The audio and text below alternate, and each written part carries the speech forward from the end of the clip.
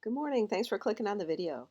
In the last one I did, I was getting ready to go on vacation, and I had moved as many birds as possible into the aviary because they're easier to take care of. And the vacation didn't happen, so I took that as a sign I should mess around in the bird room. So if you have absolutely nothing else to do, you might enjoy watching me tear apart hundreds of dollars worth of cages and rebuild them on my summer vacation. You know what the thing is that I hate to clean the most? Is flax seeds. They're sticky and they're flat. They get glued to everything. Okay, anyway. I was sitting here scrubbing and apparently I had a weird flashback. So when I first decided to put some of the videos that I was using to document taking care of finches on YouTube, I decided, well, I'll start with cleaning, because anybody who decides they want to keep finches should just be aware that no matter what you do, there's cleaning involved. And there's kind of a lot. And you just have to be okay with that.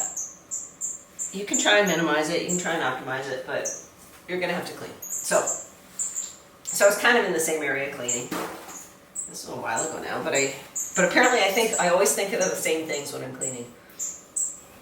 One, I wish I wasn't cleaning. No, I'm just kidding. I always think, in 100 years, if some archaeology student is excavating this site, what do they think they know about people living in this time,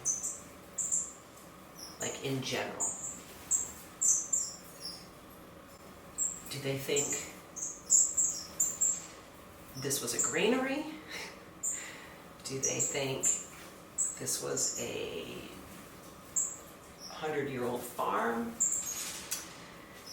Do they think people were inordinately fond of millet and hated flaxseed? And the reason I had the little flashback is because I remember thinking exactly the same thing as I was making the video of the channel introduction. So apparently that's how I entertain myself, and was thinking, what would somebody in 100 years infer? Would they just infer I'm a very, very bad housekeeper? Maybe that's what it would be. See, flaxseed. Everything is fine, and then this stuff. And I don't know any other way but a fingernail, really. Okay. I'm going to just keep going.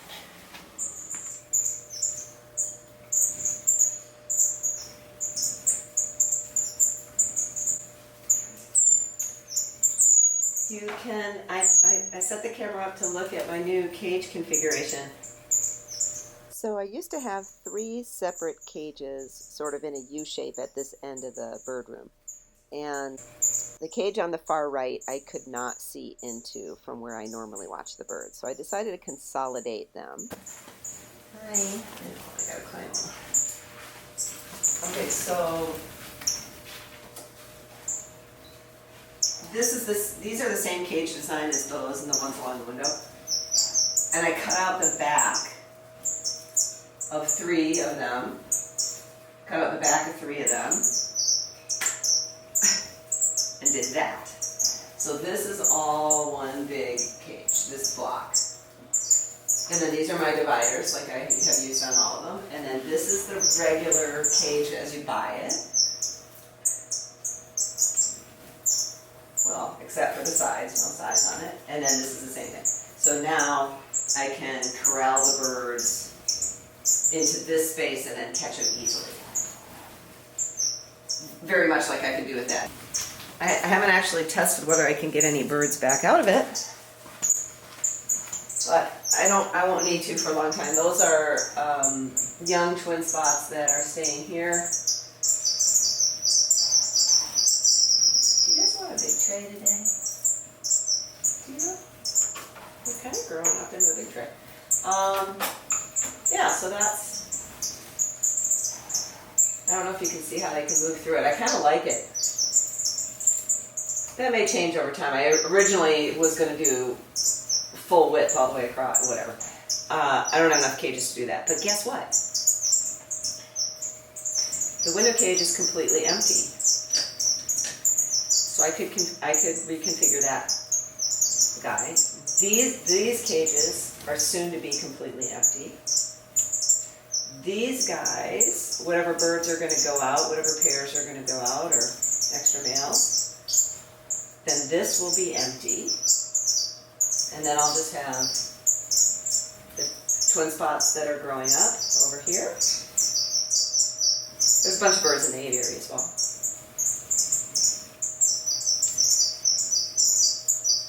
So, I'm thinking about redoing the window cage. I'll talk about that more. I gotta get food going. Okay, let's do that. Okay, let's get you guys some food.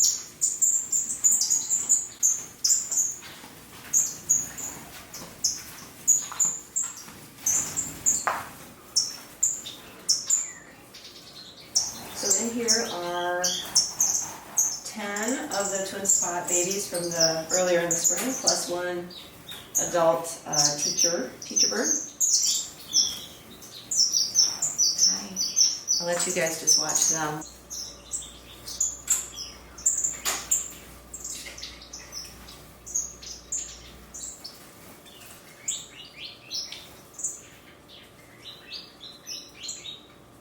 I think I explained already that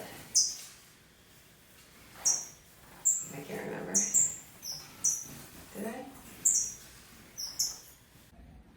Yeah, I did explain, but I do have extra time, so I'm thinking I might want to reconfigure the low cages sort of the same way, but first I want to look at the window cages.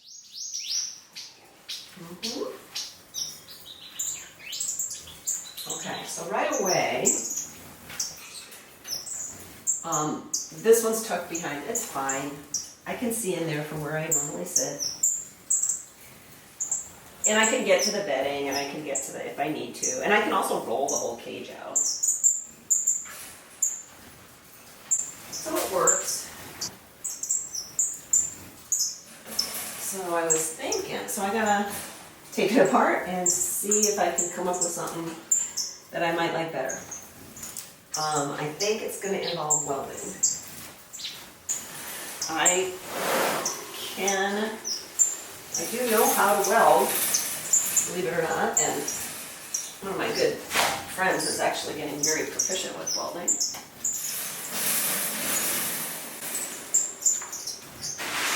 You guys mind if I highlight it for now? Okay. So,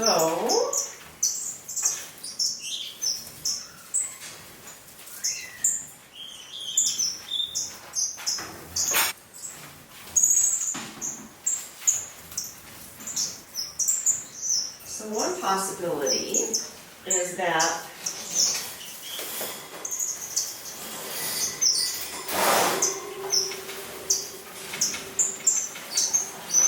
I can't wait, I'm going to slide these out.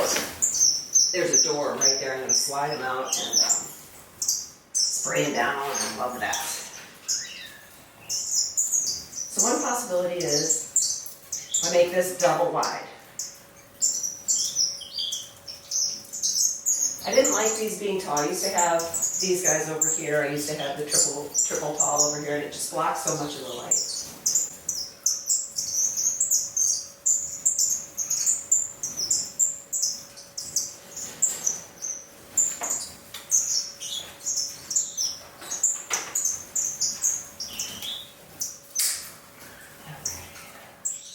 You may be thinking, leave it alone. Why do you keep futzing with stuff? That's a very good question. But one of the things I am trying to do is create multiple flight patterns for the birds, because I don't like the repetitive kind of patterns back and forth, like ping pong, bing, bing, bing, bing, bing. Just kind of bugs me. So if I can make it a shape where they have lots of different flight paths, then I'm happier. So that's part of what I'm doing here.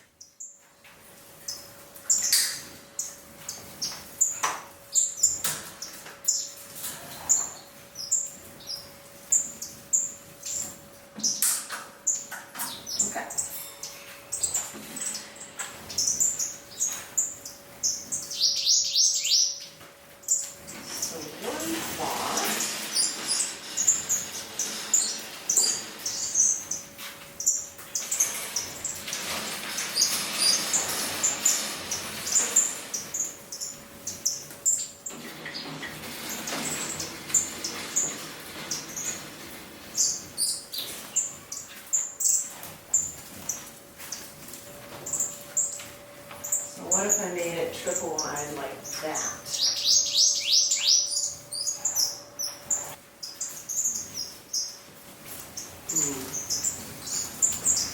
What does that do? It does mean there's a better diagonal.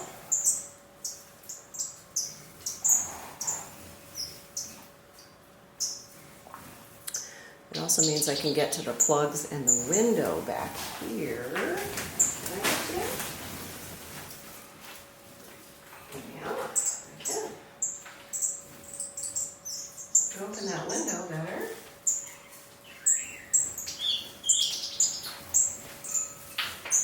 It kind of sticks out. It kind of blocks this door a little bit, which I do use, but it's not so bad.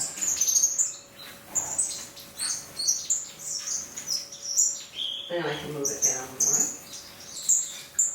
It blocks this direction a little bit. Not too bad. I do come in and out of there a million times. Okay.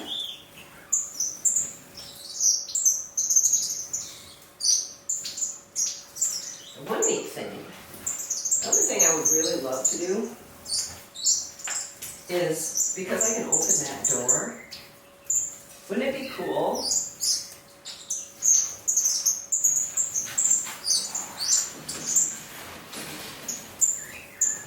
see? Watch this, wouldn't this be cool? Hold up.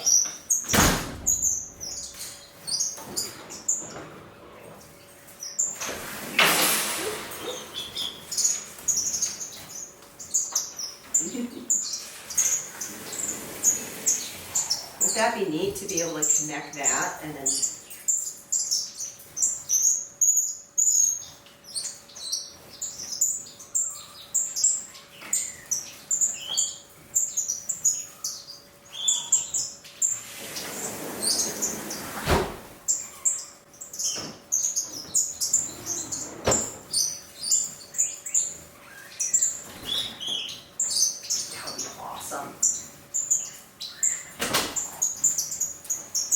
I really would love to do that. I'd love to build a,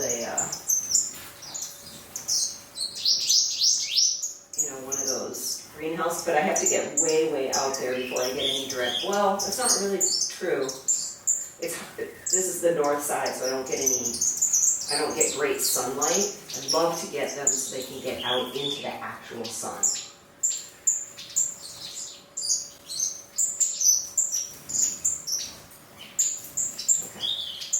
One possibility. Okay, so the other possibility.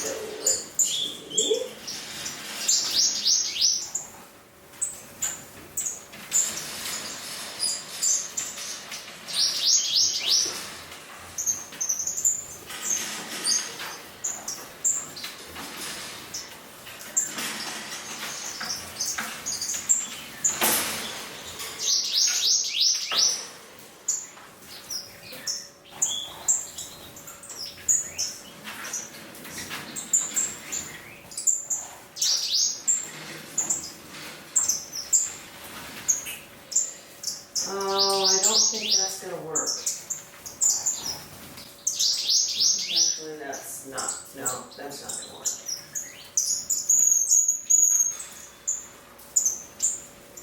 That's a bummer. Okay. Okay.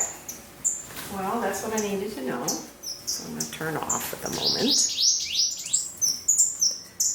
Okay, I just had another thought.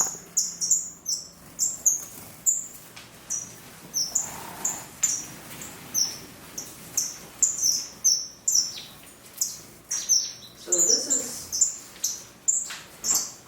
is actually where I sit and take notes. And I can kind of look down on those guys, not very well. You see there, there, there.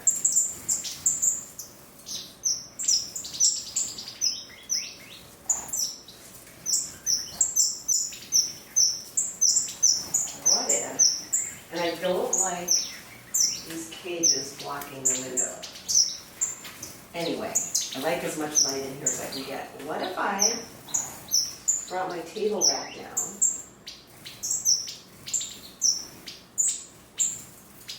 And I set up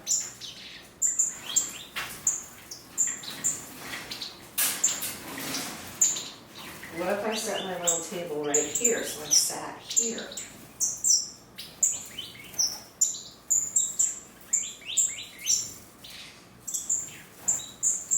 Okay, and then I could move around my little table. I could sit. So what if I did that? And then this guy, could this guy be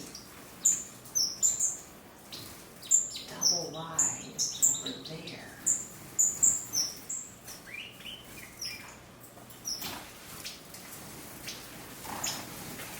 Here's the deal.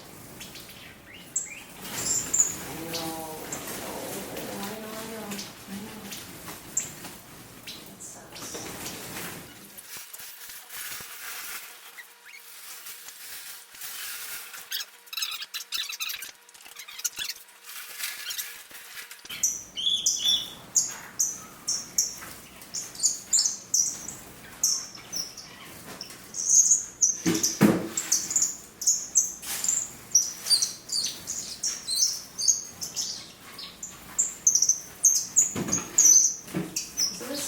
Isn't this the most exciting video ever?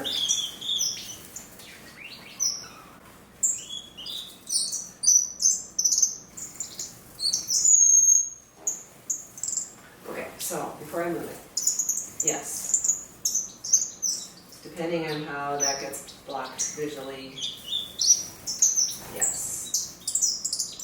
Most of that cage is visible, but if this was double high, it would not be.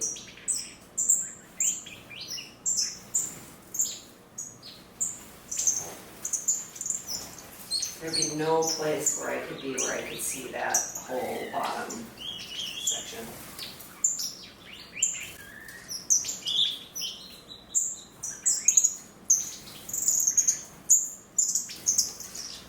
If I went double wide and low,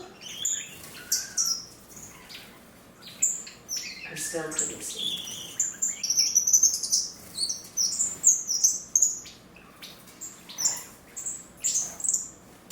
Also, if I block the visual on that, I can't see into that guy very well.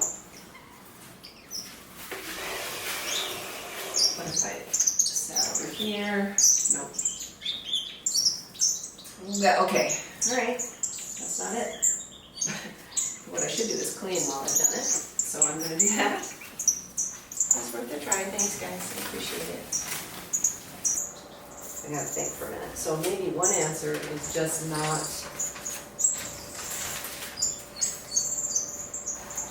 just cannibalize these cages, maybe somehow incorporate them into that one in a way that I could still corral the birds into a small enough space so they're easy to catch. So the other possibility is if these cages, if I completely dismantle them and turn them into walk-in flights, so use this actual floor, there's cement under this fakey plank stuff. If I can walk into the cage, then I can catch the birds. But trying to net them, and there's techniques. I hang towels to isolate one half of the cage. You know, you can do it. But as you probably know if you watch the channel, I rearrange birds a lot. It's kind of a big deal. So I want it to be as least stressful for the birds. And you know, you've seen me before in the videos. I basically just herd them, you know, put a little pressure, just herd them where I want to be, slide it closed, or nice small space. I just, yeah. It doesn't take long. I just catch them, I figure out, put the net in their way, they fly into the net, everything's fine. Okay, so, I wish you guys could tell me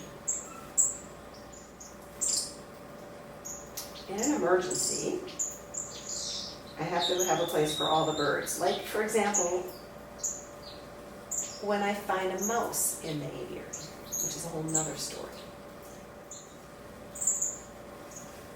So if it was non-breeding season, I had room for everybody. If it was breeding season, they were all in the aviary. I could have one pair here, two pairs here, 3, 4. I could breed 4 pairs of birds. So my 2 best choices are line it up this way. I don't think that's a good idea.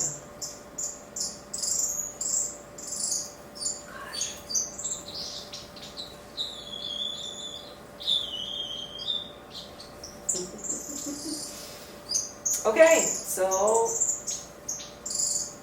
this is the problem when you keep finches, is you always want to give them more space, more room, more flexibility, more. So basically, I gave up on the window cage and just put it back the way it was. But now I want to work on this low cage in front of the counter, I guess I would say. So here's what I've done so far.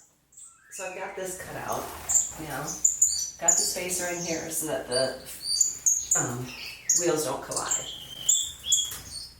And that spacer is actually a C-channel, so down the road I could frame up one of these things, these guys, and be able to slide that in and out to separate this if I needed to, but I don't think I'm going to need to. So I'm not going to worry about that right now. So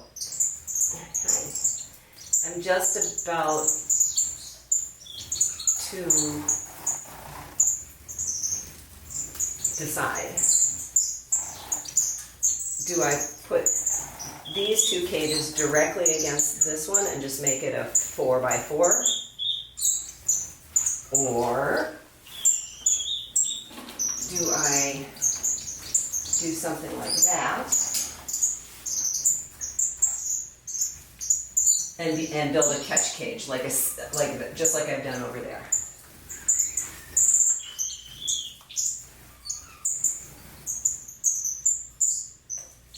That's the question.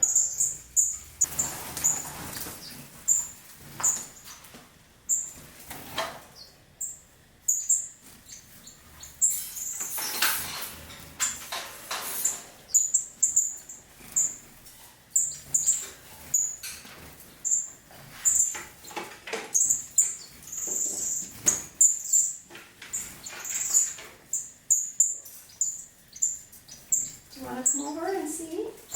I'm going to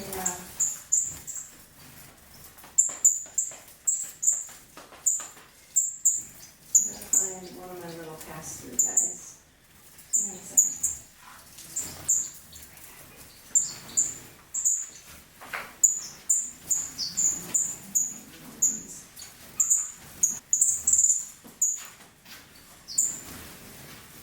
Is the right size?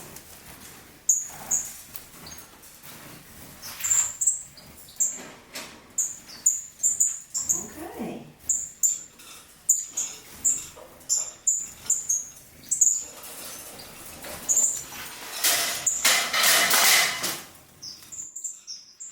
Oops.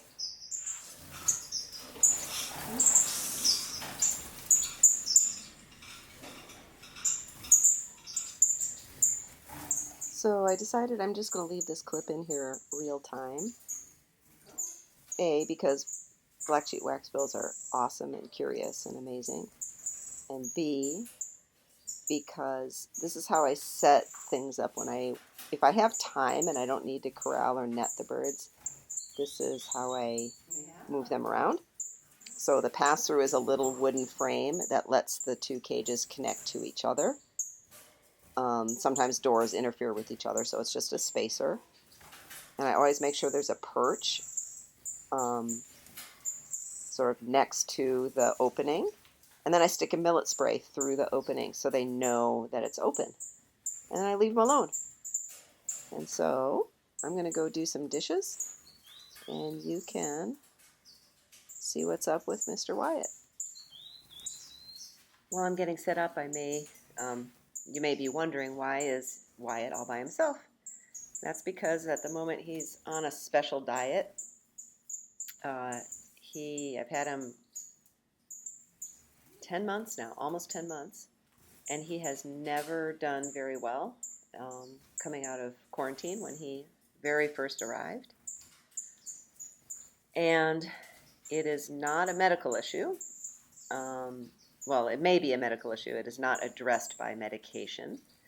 So I am trying some supplements and a different dietary regime that is specific for him, and he's doing actually a lot better. He's singing, as you can hear, which is I'm thrilled about.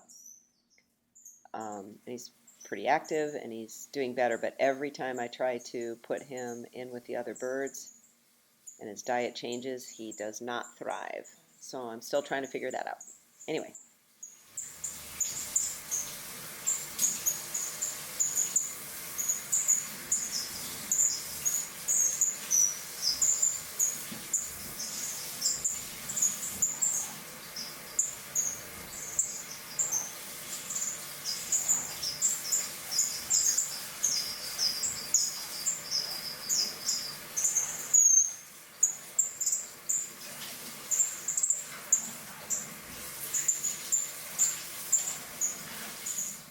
So that took all of 55.6 seconds, and now I can tear apart the cage he was in.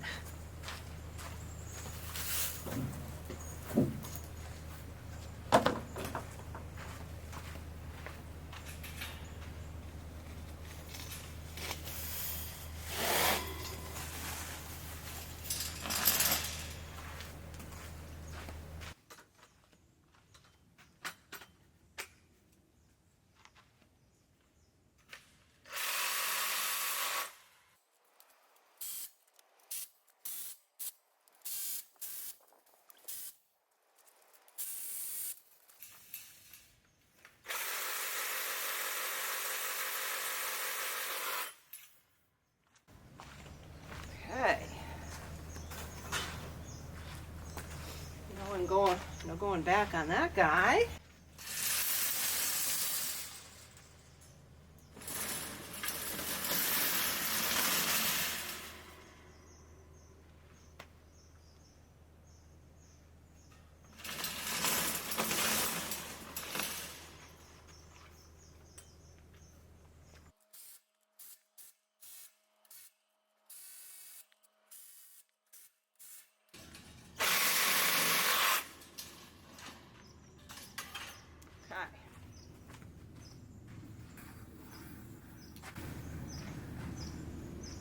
Next job is just to clean.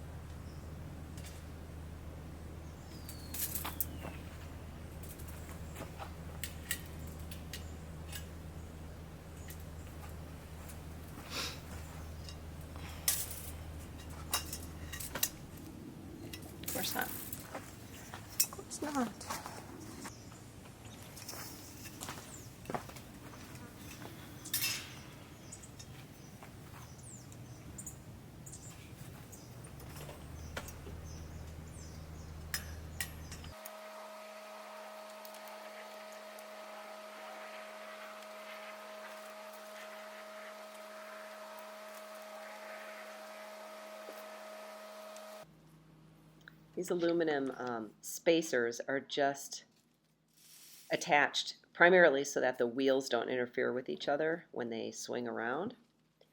And rather than using a square stock, I used a C-channel so that if I ever did want to divide the cages, I could take off one of the end pieces and slide in basically the cutout back that I just removed, slide it back into the C-channel. So that's what that's all about. This is kind of the same purpose. This is the frame that will allow me to separate the little catch area or divide the cages entirely. So basically I take the cages apart and then I put them back together in a modular way, which I've mentioned a million times the cage manufacturers should think about.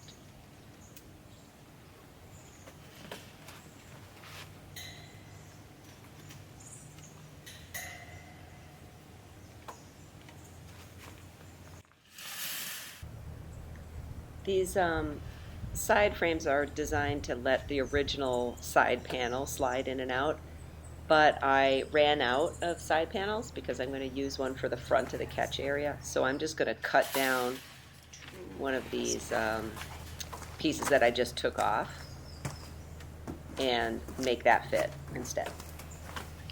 Okay.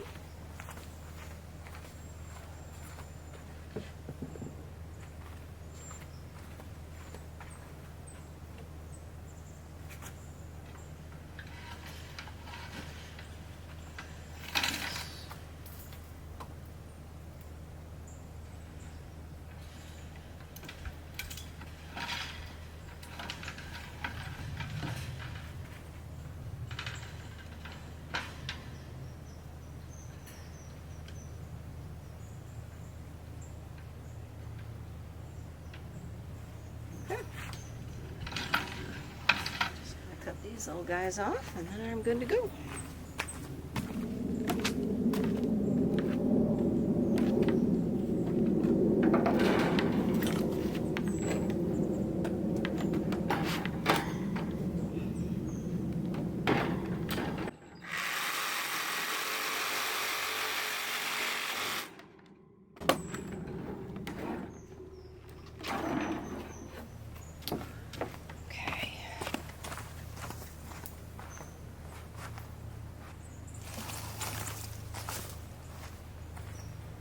Okay, and the last thing I gotta make is this box.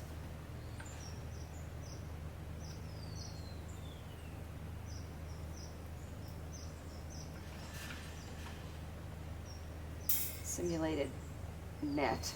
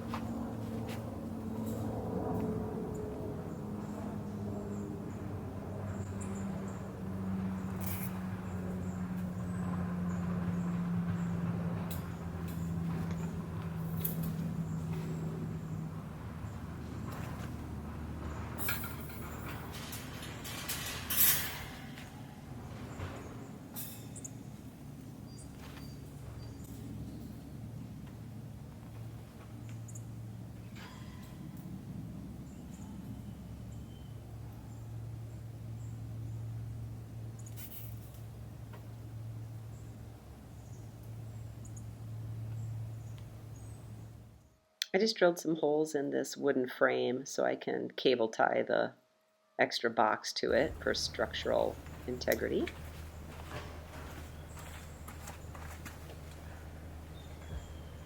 That's a problem.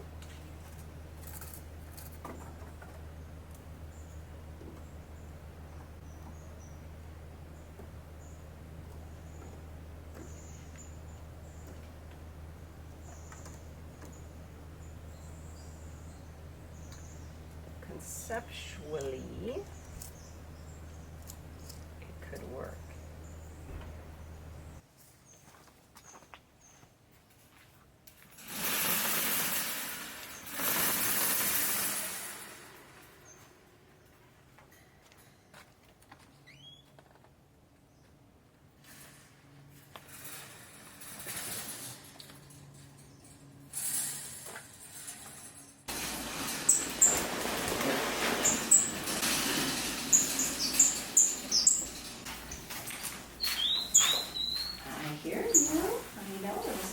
to be a whole new big cage all by herself.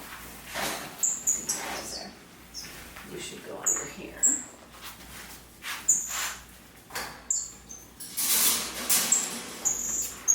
And now all I gotta do is put grass down.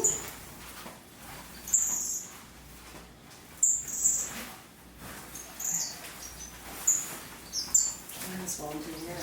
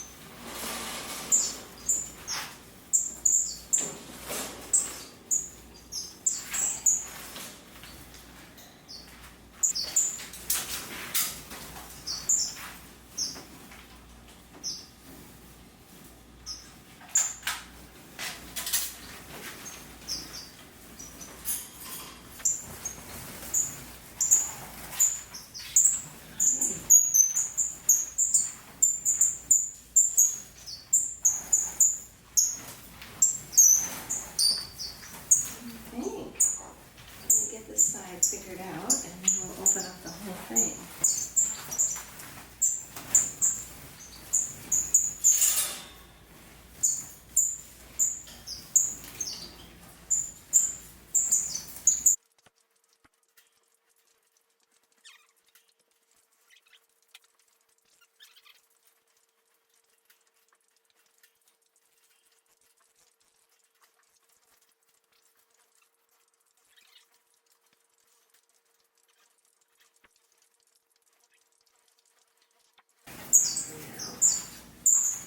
What do you think?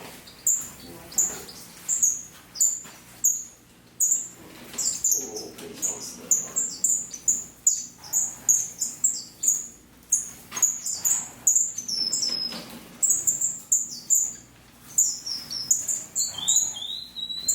I know it. Okay. Believe it or not, it's this quiet in the bird room. It is the end of the day. So that's done. This is the configuration now. I have 4 big flights. They can be split if they need to be. I can get to my storage area. I can see all of the birds. And I could herd them into a smaller area if I need to move them around or catch them. So we'll see how this goes for a little while. Sure, I'm not done. Thanks for watching.